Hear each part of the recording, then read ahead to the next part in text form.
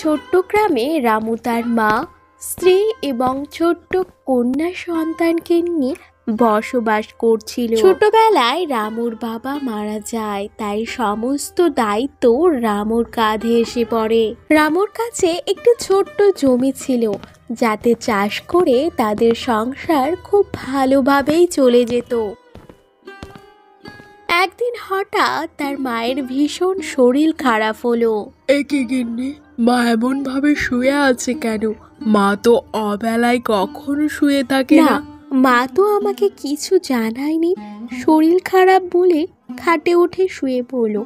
এখন অত কিছু না ভেবে তুমি যাও দেখি, বৈদ্য ডেকে নিয়ে আসো। তার মাকে চিকিৎসা করানোর জন্য তার হাতে একটাও টাকা ছিল না, তাই নিজের জমিটি জমিদার মশাইয়ের কাছে বিক্রি করে দিল। কিন্তু তাতে কোনো লাভ হলো না, তার মা মারা যায়।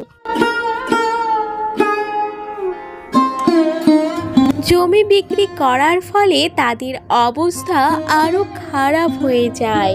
কি গো, এইভাবে আর হাত পা গুটিয়ে আর কতদিন বসে থাকবো বলো দেখি? চাল ডাল সব কিছুই ফুরিয়েছে। গিন্নি, আজ আমি জমিদার মশাইয়ের কাছে কাজ করে তোমার চাল ডাল যা কিছু বাজার সবই এনে দেব। রামু জমিদারের ক্ষেতে যতই ভালো করে কাজ করুক না কেন, জমিদারের তার কাজ একেবারে পছন্দই হতো না। অন্যদিকে রামুর স্ত্রী জমিদার মশাইয়ের ঘরের কাজ করত, কিন্তু এতেও সমস্যা। জমিদার মশাইয়ের গিন্নি তার কাজ একেবারে পছন্দ করতো না। কি রে চম্পা, রোজ রোজ কাজে আসতে দেরি করিস, ঘর পরিষ্কার মন দিয়ে করিস না, কোন দিকে মন থাকে? এই রোজ রোজ দেরি করা আমার একেবারে পছন্দ না, তাই কাল যদি দেরি করেছিস কাজ থেকে আমি দূর করে দেব তোকে। না না জমিদার গিন্নি, এমনটা করবেন না, আমি আর কখনো দেরি করে আসবো না। থাক থাক, অত আর কুমিরের কান্না কাঁদতে হবে না।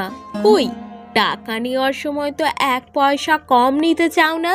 এইভাবেই দেখতে দেখতে বেশ কয়েকটা মাস পার হয়ে যায়। শীতের মরশুম দেখতে দেখতে চলেই এলো।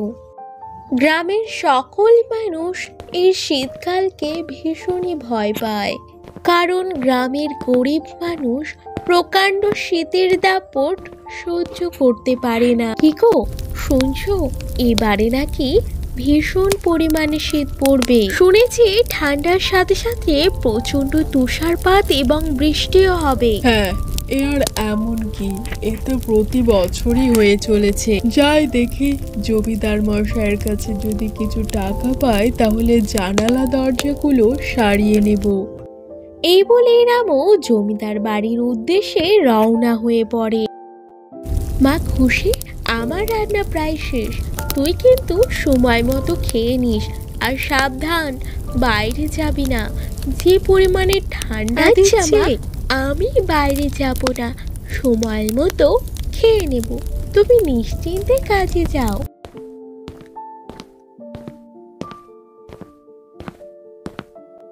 কি ব্যাপার রামু, তুমি এত দেরি করে কাজে ঢুকছো? তুমি তো জানো আমি এত দেরি করা একেবারে পছন্দ করি না। প্রচন্ড ঠান্ডার কারণে আমার কাজে আসতে একটু দেরি হয়ে গেল। আর জমিদার মশাই, সামনের মাসের মাইনেটি আমার বাকি ছিল, তাই যদি দয়া করে দিয়ে দিতেন খুব উপকার হতো। এসব ঠান্ডা তো শুধুমাত্র একটা অজুহাত, আরো শ্রমিকরাও তো কাজ করছে, কই তারা তো ঠান্ডার অজুহাত দেয় না। দেরি করে এসে টাকা চাইতে তোমার লজ্জা করে না? সকাল সকাল আমার মাথা গরম না করে যাও, কাজে যাও।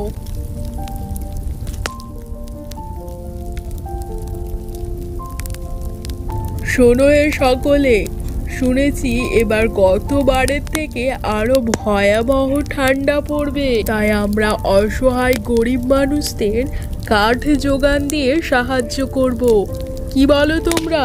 হ্যাঁ হ্যাঁ মোড়ল মশাই, আমরা আপনার সাথে আছি। প্রচন্ড ঝড় বৃষ্টি এবং ঠান্ডা হাওয়া বইতে থাকলো। বাবা বাবা, তুমি কিছু একটা করো, আমার যে হাত পা সব ঠান্ডায় ঠান্ডা হয়ে যাচ্ছে। এত ঠান্ডা আমি আর সহ্য করতে পারছি না বাবা। হ্যাঁ, ও একেবারে ঠিক বলেছে।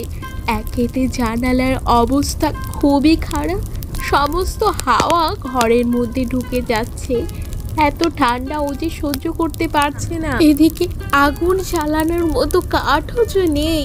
তুমি কিছু একটা করো। প্রচন্ড ঝড় বৃষ্টি মাথায় নিয়ে রামু ছুটল কাঠের জোগাড় করতে।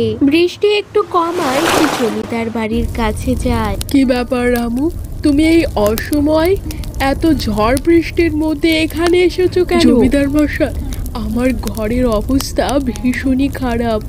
মেয়েটির গা ঠান্ডা হয়ে যাচ্ছে। আপনি যদি আমাকে কিছুটা কাঠ দিতেন। কি কাঠ? কাঠের তো এখন আকাশ ছোঁয়া দাম। না না রামু, আমার কাছে কোনো কাঠ নেই। অন্যদিকে রামুর মেয়ের অবস্থা আরো খারাপ হয়ে যায়। রামুর স্ত্রী জোরে জোরে কাঁদতে থাকে। শীতের দাপট এত বেশি ছিল যে রামুর স্ত্রী এবং রামুর মেয়ে দুজনেই মারা যায়। অন্যদিকে রামু ঝড় বৃষ্টি মাথায় নিয়ে পাগলের মতো কাঠ খুঁজতে খুঁজতে হঠাৎ বাজের আঘাতে মারা। রামুর হাসি খুশি ছোট্ট পরিবারটি আজ সম্পূর্ণরূপে শেষ হয়ে যায়।